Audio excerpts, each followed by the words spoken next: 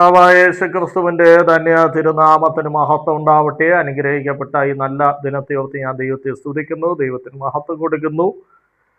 പ്രത്യേകിച്ചും ദുഃഖ വെള്ളി ദിനമായിട്ടാണല്ലോ ഇന്ന് ലോകമെമ്പാടുമുള്ള ക്രൈസ്തവർ സ്തോത്രം കണ്ടിരിക്കുന്നത് ദിവസം.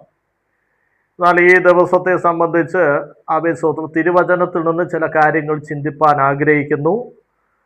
1 പത്രോസ് 2-ാം അധ്യായം അതിൻ്റെ 24-ാമത്തെ വാക്യം. 1 പത്രോസ് 2:24 ആ വാക്യം ഇങ്ങനെയാണ്: നാം പാപം സംബന്ധിച്ച് മരിച്ചു, നീതിക്ക് ജീവിക്കേണ്ടതിന് അവൻ തൻ്റെ ശരീരത്തിൽ നമ്മുടെ പാപങ്ങളെ ചുമന്നുകൊണ്ട് ക്രൂശിന്മേൽ കയറി അവൻ്റെ അടിപ്പിണരുകളാൽ നിങ്ങൾക്ക് സൗഖ്യം വന്നിരിക്കുന്നു. സ്തോത്രം. നമ്മുടെ പാപത്തിന്റെ പരിഹാരത്തിന് വേണ്ടിയിട്ടാണ് കർത്താവായ യേശു ക്രിസ്തു കാൽവരിയിൽ നമുക്ക് വേണ്ടി യാഗമായി അർപ്പിക്കപ്പെട്ടത്.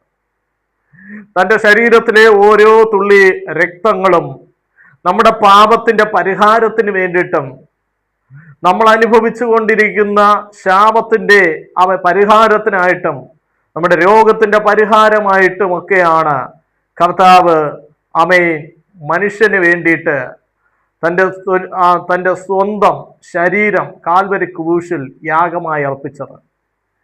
എന്നെ കേൾക്കുന്ന സഹോദരങ്ങളെ, പ്രത്യേകിച്ചും ഈ ദിവസത്തിൽ നിങ്ങൾ കാൽവരി ക്രൂശിലേക്ക് നിങ്ങളുടെ മുഖം ഒന്ന് തിരിക്കാമോ?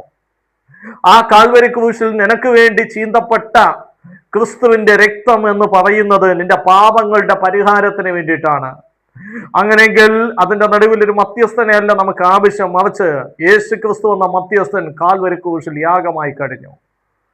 ഞാൻ പറയട്ടെ, നീ ആയിരിക്കുന്ന സാഹചര്യം നോക്കാതെ, നീ ആയിരിക്കുന്ന സിറ്റുവേഷൻ നോക്കാതെ, ഈ നിനക്ക് വേണ്ടി മരിക്കപ്പെട്ട, നിനക്ക് വേണ്ടി യാഗമായി അർപ്പിച്ച, ഈ നിനക്ക് വേണ്ടി കാൽവരി ക്രൂശിൽ മരണപ്പെട്ട നിന്റെ ജീവനെ സ്തോത്രം വീണ്ടെടുക്കുവാൻ വേണ്ടി കാൽവരി ക്രൂശിൽ അർപ്പിക്കപ്പെട്ട യേശുവിനെ നിനക്കൊന്ന് ഹൃദയത്തിൽ സ്വീകരിക്കാമോ?